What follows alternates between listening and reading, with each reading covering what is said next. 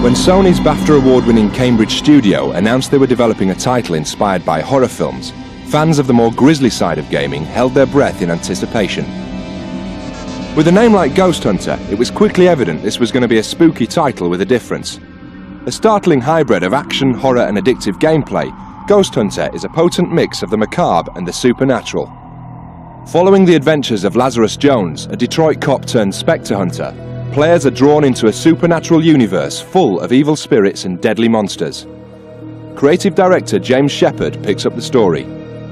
The kind of basic premise of Ghosthunter is that every man, creature, every living thing that is killed or dies before its kind of allotted time becomes a ghost. And they're stored in a thing called the Array, which is very simply is a ghost prison. At the start of the game, all the ghosts are trapped in there.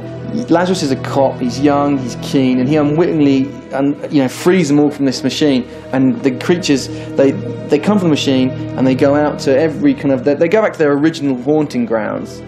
And it's Lazarus's job to go around each area and hunt, collect, capture all the kind of creatures and get them back in the Array. Ghosthunter's slick production values and movie-like visuals have become a talking point even amongst the most jaded gamers. Lead artist Jason Wilson. The filmic qualities of Ghosthunter, because we're such film fans, we wanted to get a lot of that in the game. And films and games are coming together almost as one. Special effects are very, very similar. We use the same tools as special effects people, so it's a natural evolution of games that they would become more filmic. And we're very interested in good stories and good characters. We want to get a lot of character into the game. Even a lot of the ghosts have a lot of good characters. And there's a lot of secrets and little twists and turns that the game takes in the storyline, so the story should keep you quite riveted along with the gameplay of the game. From the outset, the team realised it was imperative they created a tough but equally believable leading character. What we wanted to do with Lazarus Jones is make a character that's very different from the other kind of third-person action-adventure characters out there, who are kind of like, undefeatable, monosyllabic, very, very macho, never have doubts, never kind of get scared, really. And we decided to build a character that was really cool, but was very verbal, did get scared, did sometimes have doubts, did sometimes want to leave his kind of big quest. And so whereas the other characters are kind of a bit like Arnold Schwarzenegger or Clint Eastwood, they're better than we're ever going to be. We wanted to do a character that was a bit more like kind of Bruce Willis or Will Smith, who at your very, very best you could be. With the visual bar set so high, lead programmer Julian Rex had to utilise all of the PlayStation 2's capabilities to ensure the gameplay equalled the film quality graphics and compelling storyline. In Ghosthunter, the role between artists and programmers is much greater than it has been in previous projects, because ghosts, they're not just models, they're not just characters that you'd see in an ordinary game, they're very ethereal, and a lot of that takes a lot of special effects. So there's a great synergy between the programmers and the artists to create these creatures. The technology that we've got, it's kind of a multitasking AI system. Basically that means that the characters can do multiple things at the same time. They can run around, they can see things, they can fight, they can communicate with each other. And kind of like the structure of that is that there's this kind of shared knowledge. So if they're kind of working in packs, they can communicate with each other, and this kind of leads to situations where you could be fighting a couple of guys and then not notice the fact that one of them has kind of snuck around the back and has outflanked you. Motion capture and inverse kinematics played a large part in creating Ghosthunter's realistic feel. We use motion capture on the main character, and something that we started doing at the start of the game was, rather than having 8-way directions, which is kind of common, we actually wanted to do something where it was a full 360 degrees of motion, so it looked really natural. But that's quite kind of difficult when you're working with motion capture and you're having to deal with the player's controls, where they can just be wiggling the stick as quick as they can. So that was a really tough thing to get right, and it's worked out really, really well. I'm really proud of the results, and it looked great. Looks really good. Part of the tool set for us to animate the characters, we use a system called inverse kinematics, which allows us to sort of take hold of a hand and place it wherever we want and the arm follow. Although that sounds quite, obvious thing to do, in computer terms that's a quite difficult thing to do. And each character has to be set up with this inverse kinematics. And therefore we don't normally, without it, you'd have to rotate each joint individually. So to move, say, your hand from here to touch your face, you'd first have to rotate from the shoulder up and then rotate like this, which, works, but is very mechanical. So with inverse kinematics, you can just grab the wrist and just automatically, over time, move it to wherever you're going. And then you can tweak it to make it swing and look more realistic. Generating ideas for the game was a real team effort, with artists and programmers alike encouraging each other to delve into their dark sides. The process of designing Ghosthunter, me and James Shepherd and Julian Rex, the lead programmer, would get together and we'd talk about all the movies we've seen and great moments in games and all the things that inspire us. Me and James are very kind of geeky film buffs, and everything we talk about is in film terms and describing things from movies that no one knows what we're on about unless they watch a lot of horror films. So we sat down with a big sketchbook and we both doodled ideas out and came up with a whole host of weird ideas, and then it was my job to kind of visualize them further, and I would sketch them out as more detailed sketches, then show James. He would say, no, add an extra orifice here or an extra head there or whatever. We kind of experiment creating all these different wonderful creatures, and some had to stay out of the game because they were too weird or looked too silly, but the ones we kept in the game were pretty scary. Drawing players into the world of Ghosthunter required senior artist Tony Jackson to push the boundaries of game animation to new levels. It's great to work on stuff that is fantastical. You can't see in everyday life that, you can just sort of let your imagination run wild. I can take a character and say, oh, this guy, he's sort of zombie-like, so you have to sort of almost get under his skin and think, well, how would that zombie move? And you've got like years of zombie movies, to sort of use as reference, so you can look at those and think, yeah, they're all stiff, what have you, and they're dragging certain limbs because they don't work. And it's great to take a character from the concept and then almost live all his movements, and I really love to give them as much character as I can, rather than just sort of bog standard walk around. I really like to, if they're big and heavy, I want them to look big and heavy, so you sort of throw their limbs around and, try and give them a little life of their own. But how can the player fight these strange creatures? Normal rules of combat hardly apply.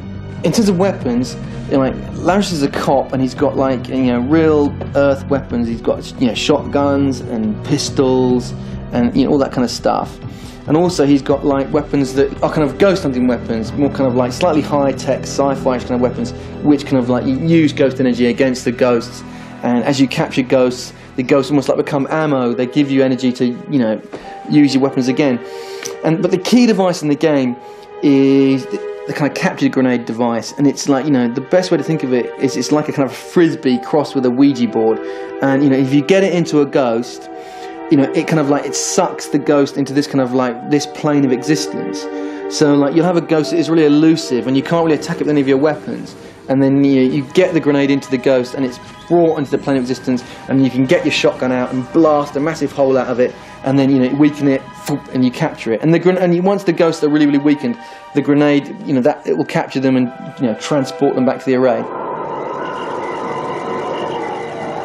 Ghosthunter's action-packed gameplay, rich storyline and cinematic styling combines to create a title which will appeal not only to fans of the horror action genre, but to console players the world over, who demand that the same TLC devoted to big-budget movies is applied to computer games. With Ghosthunter, they won't be disappointed.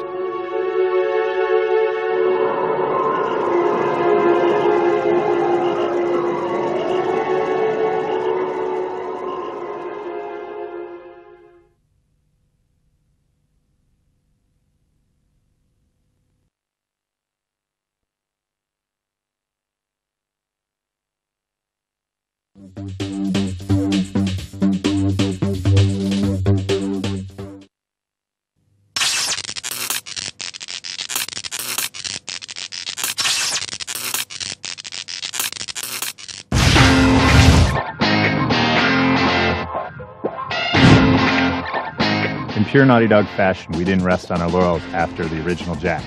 We had an engine, we got polygons on the screen, so the beauty of that is that in this game, we got to spend all of our time, the entire 2 years, getting better gameplay, getting more intelligent creatures, getting more stuff out there, adding to the gaming experience, as opposed to just fighting to get the stuff on screen. And that translates into an absolutely fabulous game, far beyond what we've done in the past.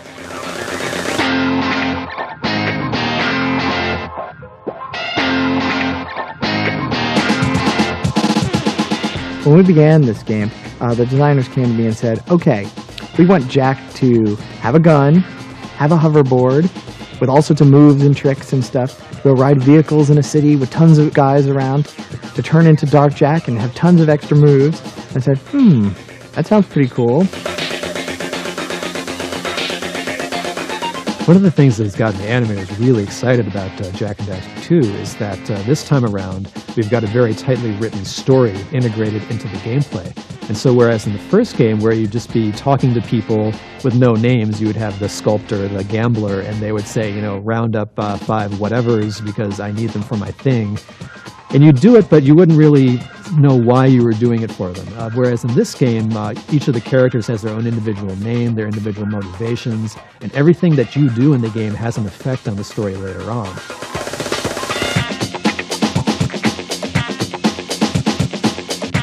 Jak has really done a lot of growing up this game.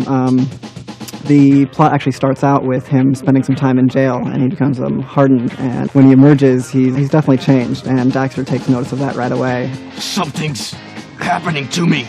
Something he did. I can't control it. Jak kind of comes out of his shell during his prison stay. He kind of, I guess, spends enough time with himself that as he comes out, he has a personality. It surprises Daxter, because Daxter's entire life to that point, he hadn't heard Jak say a word. But right after Jak breaks out of prison, he grabs somebody and starts speaking. I want information. Where the hell am I? Sorry. He's new to the whole conversation thing. In this game, Jak has evolved into a much more complex character. What makes Jak special in this game is he has an internal conflict, which is directly related to the external conflict of the story. And the two combine, so the plot is very organic because it grows out of that. Jak has this internal conflict with the Dark Eco and what has happened to him. He's a much tougher character now. He's seasoned. He was almost a boy previously, and now he's grown into the reality of, we know that there are things out there that can hurt and that can damage, and Jak has to learn to find the hero inside of him to fight back.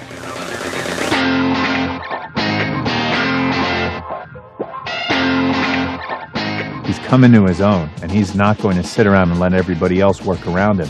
He's actually a prime motivator of what's going on, as opposed to a reactionary.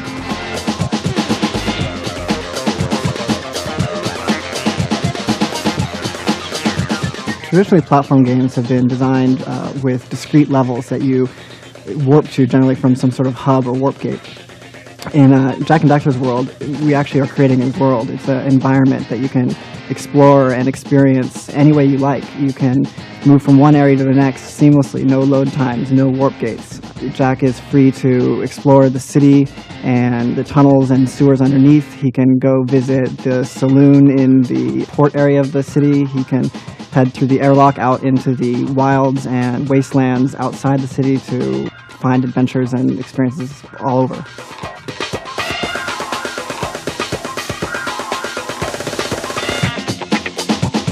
We have a lot of really interesting characters in the game as well. The captain of the Crimson Guard, which is the Baron's protection force, is a woman named Ashlyn, who initially Jak has confrontations with, but eventually Ashlyn fights on the side of Jak to get towards the solution and the end of the game. We have a blind, dumb soothsayer named Onan, who gives you hints about the future and tells you what you need to do through an interpreter named Pecker. Yes, I know. My mother, she was very vindictive. Onan welcomes you, blah, blah, blah, blah, blah, the usual boring salutations. We have Torn, who's the head of the Underground, who used to be the head of the Crimson Guard, people he's fighting against, but now is the leader of the Underground, who's rising up against the Baron. We have Crew, who's an incredibly obese, overweight, evil gun merchant and otherwise scoundrel of the city, who initially you have to help to get your way and move the plot along, but eventually who you can fight against and resolve the issues you have with Crew. the gameplay is also much more sophisticated. We have interaction with NPCs that require you to help them through the level. They'll actually walk through, follow you, attack enemies with you, blow things up with you. It's a sort of a joint effort, and it's all controlled through AI. In the original Jak and Daxter, the enemies weren't that scary. They were kind of goofy. They were kind of fun. You almost really were never scared of them because they weren't that menacing. Additionally, most of them died as soon as you hit them. In Jak and Daxter 2, it's very different. The creatures are far more scary looking. They're far more intelligent. They do more intelligent things like climbing down walls to get you, following you across much more varied terrain. And additionally, most of them take more than one attack to actually kill. And what that does is it moves the game from a run, punch, run, punch game to a game where you actually have combat situations. And you actually get into situations where you're fighting against dozens of creatures at the same time. And you can't simply write a creature off after you've hit it or shot it. It actually may turn around and come back at you. Being a big hero sure makes you thirsty. Frankly, Jak and Daxter 2 is the best game I've worked on, and that's one of the greatest things about being in this business. Like, every year you can make it better and better, and it's really great stuff. One of the issues I face now that we've completed Jak and Daxter 2 is that I honestly don't have any idea where we'll go next in the character action genre. With Crash 1, I knew what I wanted to do right at the end with Crash 2, and Naughty Dog knew what it wanted to go with. Then there was Crash 3, CTR. We knew what we were doing as a progression. Jak and Daxter 2 has been such an inspirational project for me to work on that I honestly don't know what to do next. So instead, I think I'm going to take a vacation. Oh, great! We do your dirty work in the sewers and come back smelling worse than a wet hip hog in a warm barn.